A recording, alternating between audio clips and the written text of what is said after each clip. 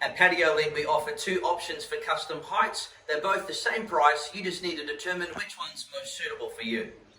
Now, the first available option is a custom height with a taller frame and a taller glass, which is all one solid piece.